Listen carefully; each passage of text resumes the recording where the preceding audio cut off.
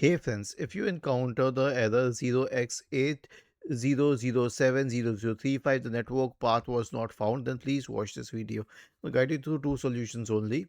So first of all, search for Windows features in the Windows search bar. Click on turn Windows features on or off. Scroll down to SMB1. This is usually unchecked. Check it, and all of its subsets should be checked. Click on OK and wait for a while. Um, it will start installing it. Okay, although I do not recommend this for security reasons, but if you really want to use an application, then this is one way. And if that doesn't help, then you can perform a network reset. So right click on the start button, select settings from the menu, and then go to the network and internet tab on the list on the left hand side. Select advanced network settings, select network reset, reset now, and then finally click on yes. Was this helpful? If yes, then please subscribe to the channel. If not, then let us know in the comment section of the video on how we could help you further.